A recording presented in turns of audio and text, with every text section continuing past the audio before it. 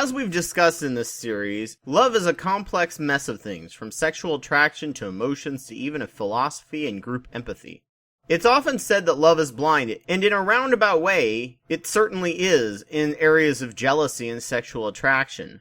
Blinding jealousy is a term used about a lover's scorn, and new studies show there is something to this.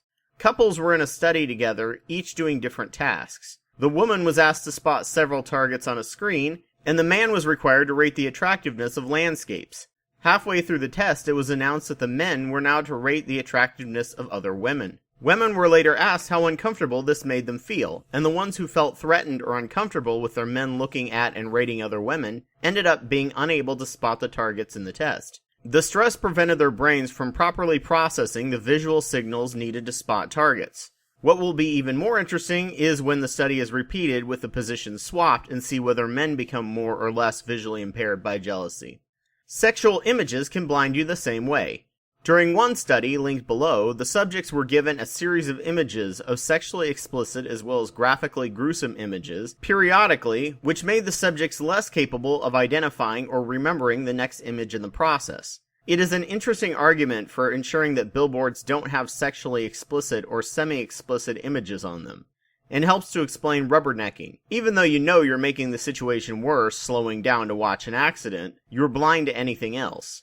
Love can also blind you to physical defects, if you have enough other traits. Attraction is based on several factors. Aside from symmetry and hip-waist proportion, the brain likes familiar but not familiar enough for incest, so it bases your attraction template based on people you grew up with, but not close enough to look exactly like them. And things you find attractive can be tiny, like earlobe and middle finger length. As people are raised with television more and more, the type of people we are attracted to can be skewed, causing a certain type of person and body type to be desired by all. However, so long as they've had enough of these seemingly minor traits, the brain will ignore a lot of the socially considered unattractive traits, and will still give you a serious emotional or arousal rush when you see them.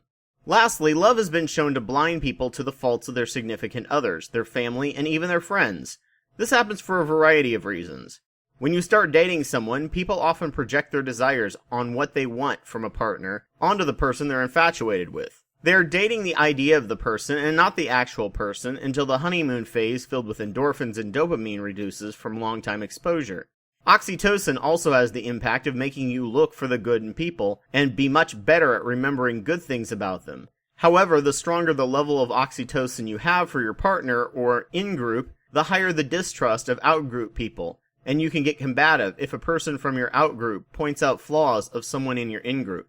It is why it often takes people years to find a good person. Being blinded by such emotion while trying to find someone good causes more often than not failure, and the person looks back on the failed relationship and wonders what the hell was wrong with me. It's how abusive and codependent relationships continue even with very smart people. To find someone good often requires developing a level of skepticism without developing cynicism, which is a serious turnoff in potential partners. The skepticism can reduce some of the pleasure of infatuation drugs, but it reduces the cynicism that can occur when the brain drugs wear off over time. Love is blind, but there are ways to be aware when you have it that allows you to enjoy it, and not stumble blindly off a cliff. And sometimes being blind to certain things are good, especially if society has deemed those things to be rather unattractive.